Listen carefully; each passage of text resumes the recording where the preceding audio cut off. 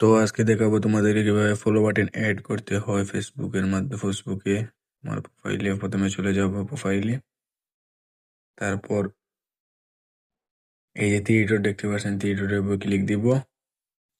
তারপর নিচে একটু স্ক্রল করে দেখতে পারবেন সেটিংস এন্ড প্রাইভেসি, এটার উপর ক্লিক দিব। তারপর আবার সেটিং নামে একটা অপশন আছে, ওইটার উপর ক্লিক দিব আমরা।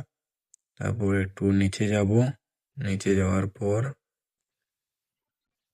এখানে দেখো ফলোয়ার্স এন্ড পাবলিশ কন্টেন্ট, এখানে যাব। এখানে সবগুলো অপশন পাবলিশ করে দিবেন, আমি যেভাবে রাখছি সেইভাবে রেখে দিবেন।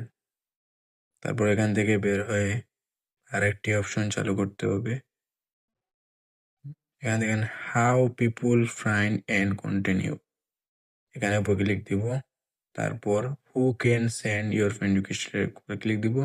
এটা ফ্রেন্ডস অফ ফ্রেন্ডস রেখে দিবেন বা সেভ করে নেবেন। এভাবে